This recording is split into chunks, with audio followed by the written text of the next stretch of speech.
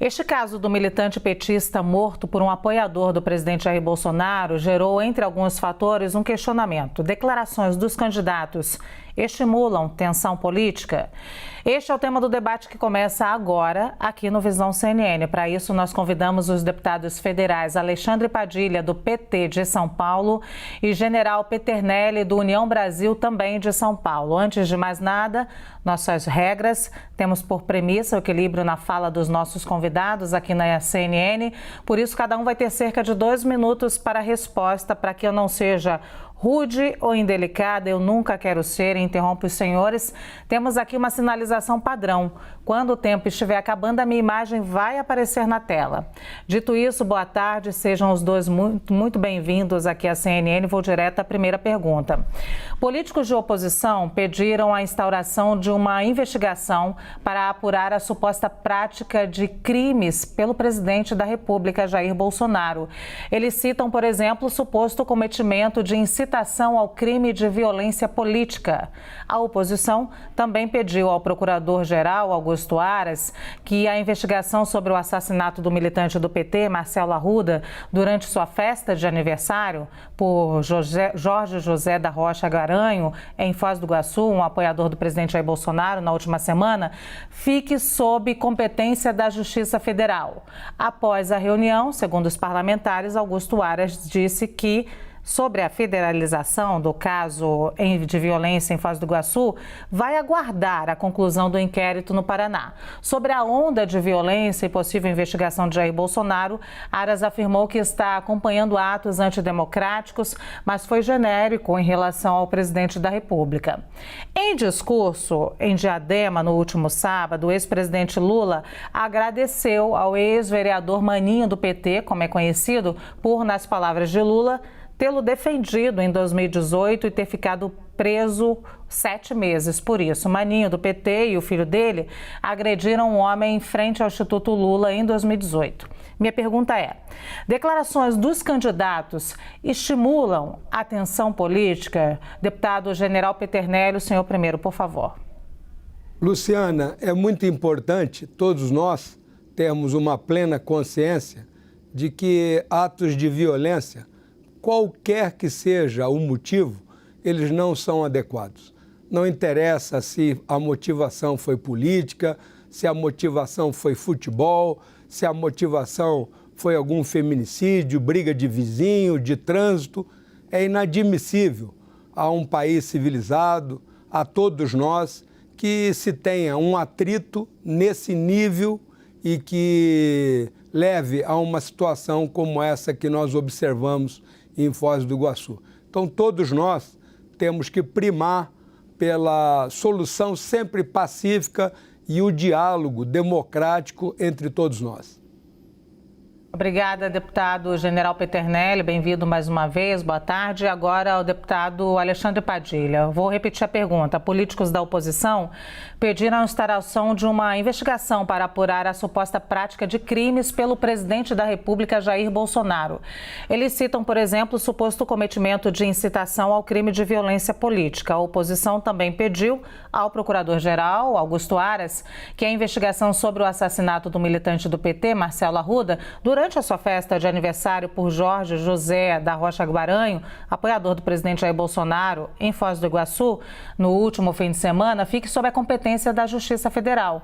Após a reunião, segundo os parlamentares, Augusto Aras disse que, sobre a federalização do caso de violência em Foz do Iguaçu, vai aguardar a conclusão do inquérito no Paraná. Sobre a onda de violência e possível investigação de Jair Bolsonaro, Aras afirmou que está acompanhando atos antidemocráticos, mas foi genérico em relação ao presidente da República.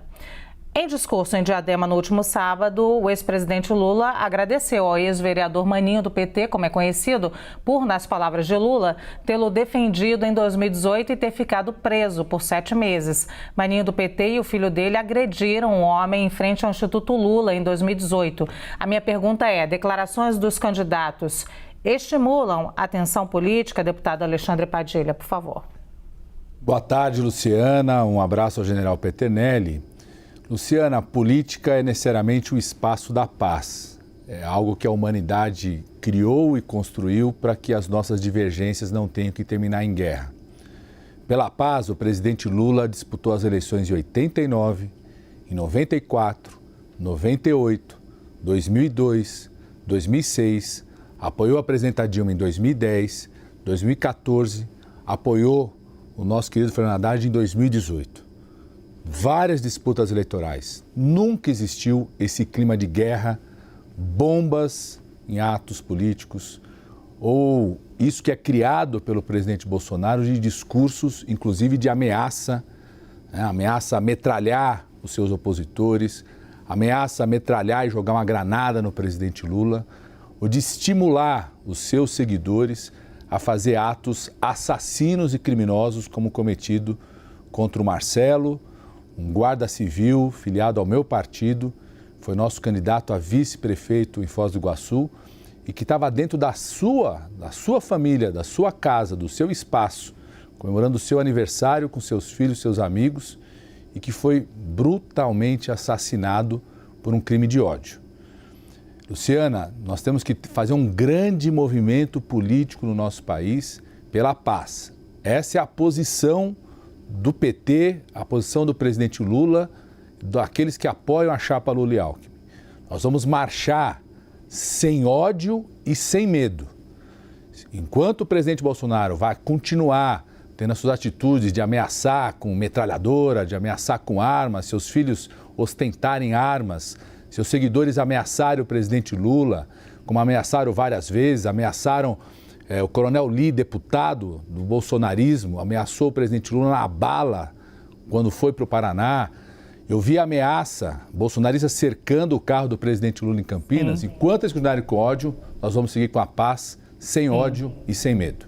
Sim, eu vou à segunda pergunta agora. O presidente Jair Bolsonaro repudiou o ato de violência que causou a morte do militante petista Marcelo Arruda em Foz do Iguaçu e afirmou que não compactua com a violência. Bolsonaro ligou para os irmãos da vítima, que não estavam na festa, e os convidou para participarem de uma coletiva de imprensa sobre o assassinato amanhã em Brasília. Pelo vídeo da conversa, de cerca de 12 minutos, não é possível concluir se eles aceitaram o convite. O ex-presidente Luiz Inácio Lula da Silva afirmou ontem que os recentes episódios de violência política são uma tentativa de seus adversários de fazer das campanhas eleitorais uma guerra. E o pré-candidato à presidência pelo PDT, Ciro Gomes, disse que o clima de radicalização política às vésperas da campanha para as eleições no Brasil parte principalmente do presidente Jair Bolsonaro, mas que o ex-presidente Lula também acirra os ânimos. Qual é a sua avaliação sobre as posturas dos três pré-candidatos ao Palácio do Planalto, os três melhores colocados, sobre o caso ocorrido em Foz do Iguaçu? Deputado General Peterle, senhor primeiro. Luciana, eu vejo que nós temos uma preocupação exatamente de não aumentar essa escalada. O ato do presidente Bolsonaro foi exatamente para minimizar o ocorrido. E é muito importante que, além do discurso, efetivamente nós tenhamos isso. Nós estamos na Comissão de Constituição e Justiça julgando um projeto do subtenente Gonzaga. Lá ele diz assim: é proibido realizar ou promover ato de incêndio, depredação, saque, destruição, explosão contra bens públicos, privados de acesso ou destinados ao serviço público, de forma a impedir, embaraçar a atuação do poder público voltada para a prevenção e repressão de crimes, a realização de execução penal ou administração do serviço penitenciário. E a oposição está exatamente contra isso. Então, esse discurso de que tem que procurar o bem, mas lá na Comissão de Constituição e Justiça, e quem acompanha o projeto verifica que tem todo um contexto contrário a essa determinação, sob a alegação que isso pode ser ato de um movimento político ou de um movimento social, eu não concordo. Eu acho que nós temos que estar sempre prezando pelos aspectos de conversa, de democracia e a oportunidade que tem a esquerda de mostrar que é contra ato violento, é parar a obstrução e votar favoravelmente ao projeto do subtenente Gonzaga. Isso é uma ação que comprova que nós não queremos nenhuma agressão.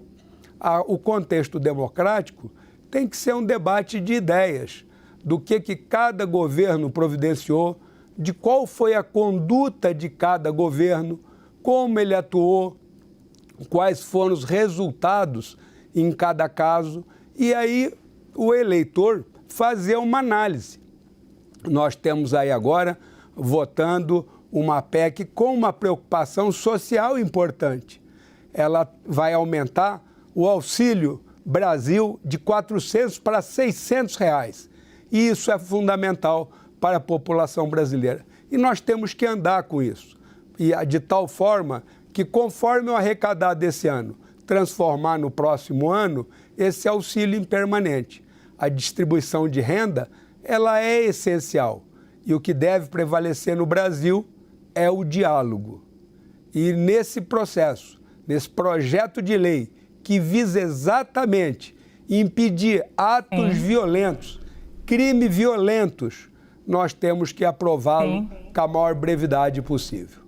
Obrigada, deputado. Vou repetir a pergunta, então, ao deputado Alexandre Padilha. O presidente Jair Bolsonaro repudiou o ato de violência que causou a morte do militante petista Marcelo Arruda em Foz do Iguaçu e afirmou que não compactua com violência. Jair Bolsonaro ainda ligou para os irmãos da vítima, que não estavam na festa, e os convidou para participarem de uma coletiva de imprensa sobre o assassinato amanhã em Brasília. Pelo vídeo da conversa de cerca de 12 minutos, não é possível concluir se eles aceitaram o convite. O ex-presidente Luiz Inácio Lula da Silva afirmou ontem que os recentes episódios de violência política são uma tentativa dos seus adversários de fazer das campanhas eleitorais uma guerra. E o pré-candidato à presidência pelo PDT, Ciro Gomes, disse que o clima de radicalização política às vésperas da campanha para as eleições no Brasil parte principalmente do presidente Jair Bolsonaro, mas que o ex-presidente Lula também acirra os ânimos. Qual é a sua avaliação sobre as posturas dos 3 pré-candidatos ao Palácio do Planalto, os 3 melhores colocados, sobre esse caso ocorrido em Foz do Iguaçu, deputado? Luciana, nós até hoje estamos sentindo a dor de termos perdido um companheiro de partido, o guarda civil Marcelo, que foi nosso candidato a vice-prefeito de Foz do Iguaçu. O presidente Lula está aqui em Brasília e citou isso mais uma vez, a absurda morte. Mas mais do que isso, a gente está indignado com a postura do presidente da República atual, Bolsonaro. Ele não teve sequer a hombridade de ligar para a viúva do Marcelo. Pelo contrário, ele encaminhou para a Foz do Iguaçu, como interlocutor, um parlamentar Ottoni, que aparece inclusive no vídeo como interlocutor, que foi um parlamentar que na tribuna ameaçou a bala o presidente Lula. Eu convido a todos que nos assistem a assistir o vídeo, o depoimento na tribuna desse parlamentar Ottoni, que foi o intermediador junto aos irmãos do Marcelo, que sequer estavam na festa, quando ele diz e ameaça receber o presidente Lula a bala. Esse é o gesto de um presidente da República que sabe que não tem a menor condição de reduzir a rejeição dele, que a sociedade tem, porque as pessoas não aguentam mais ter que pagar 8, 9, 10 reais por um litro de leite, não aguentam mais a situação de termos 33 milhões de pessoas passando fome, mais de 120 milhões de brasileiros em insegurança alimentar, não aguentam mais a postura de Bolsonaro, que colocou o Brasil no isolamento internacional. O Brasil é visto hoje como um par internacional, a destruição do nosso meio ambiente, a defasagem escolar, que não tem um gesto sequer do atual governo para recuperar a aprendizagem perdida pelas nossas crianças. Nós estamos com um aumento das filas de cirurgias, de exames no SUS, e que nós vemos do governo federal é a negligência em relação a isso. Bolsonaro sabe que não consegue mais reduzir a sua rejeição da sociedade. Por isso, adota como estratégia política nas eleições a violência política, tentar intimidar as pessoas de se posicionarem. Mas Bolsonaro, toda a sua violência política não vai impedir que as pessoas façam um L de forma espontânea de defesa do presidente Lula. Não vai impedir que as pessoas saiam comprando toalha do presidente Lula. Não vai impedir que uma artista como a Anitta se posicione. Vamos responder às agressões com paz, sem ódio, mas sem medo. Sim, deputado. Vou à terceira pergunta agora. O Brasil registrou 214 casos de violência política nos primeiros 6 meses de 2022. O número é 32% maior que os 161 episódios registrados no primeiro semestre de 2020, o último ano eleitoral. Só este ano, 40 pessoas foram assassinadas. Os dados são do Observatório de Violência Política Eleitoral da Universidade Federal do Estado do Rio de Janeiro, e a informação foi trazida aqui na CNN pelo nosso analista Leandro Rezende. Os dados revelam que a violência política está em todo o país e apenas o Amapá não registrou nenhuma ocorrência este ano. Ao longo do primeiro semestre foram registrados 19 casos de violência política contra militantes do PSD, 18 contra membros do Republicanos, 17 episódios contra integrantes do PT e do PL. O que cada candidato, cada partido e os poderes podem fazer para que isso deixe de acontecer, deputado General Peterle? Eu acho muito importante, Luciana, esse termo que você colocou. Todos nós estamos envolvidos nisso. Gostaria de lembrar que o presidente Bolsonaro foi a primeira vítima. Há muitos anos, nenhum candidato a presidente da República sofreu um atentado. O presidente foi esfaqueado. Poucas manifestações ocorreram nesse sentido. Então, antes mesmo do governo Bolsonaro, a violência política ela era atuante e firme. E isso não pode ocorrer. Essa situação de ser contra o presidente A ou C não pode levar num nível desse. Volto a insistir no projeto de lei que está na Comissão de Constituição e Justiça, que exatamente combate atos violentos. Volto a salientar que nós não podemos admitir esse tipo de situação.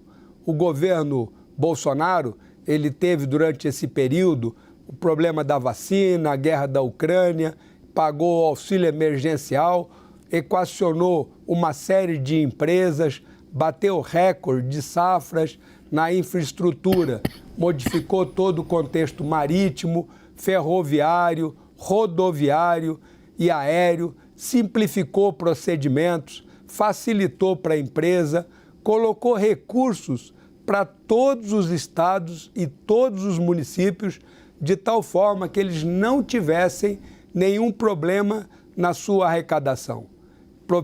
Providenciou vacinas tanto através do Instituto Fiocruz, quanto do Instituto em São Paulo, Butantan, com a OMS, para que nós tenhamos essa situação tranquila que nós vivemos no dia de hoje. O debate é de ideias. Levar o caso de Foz do Iguaçu, buscar federalizar, buscar atuar, exatamente é buscar acirrar esses ânimos, fugindo do debate de ideias do que cada um propiciou, do que cada um executou, do que cada um desenvolveu. Nós observamos aí as empresas como o Correio, que devia muito recursos, estava com plano de saúde com problema, estava com os postais com problema, só prejuízo. Hoje não deve nada no plano de saúde, o Postales tem lucro de 7 bilhões, devia 3,5 e ainda gerou lucro. A própria Petrobras corrigiu uma falha grande. O debate de ideias é a melhor solução. Vou repetir a pergunta, então, deputado Alexandre Padilha. O Brasil registrou 214 casos de violência política nos 6 primeiros meses de 2022. O número é 32% maior que os 161 episódios registrados no primeiro semestre de 2020, o último ano eleitoral.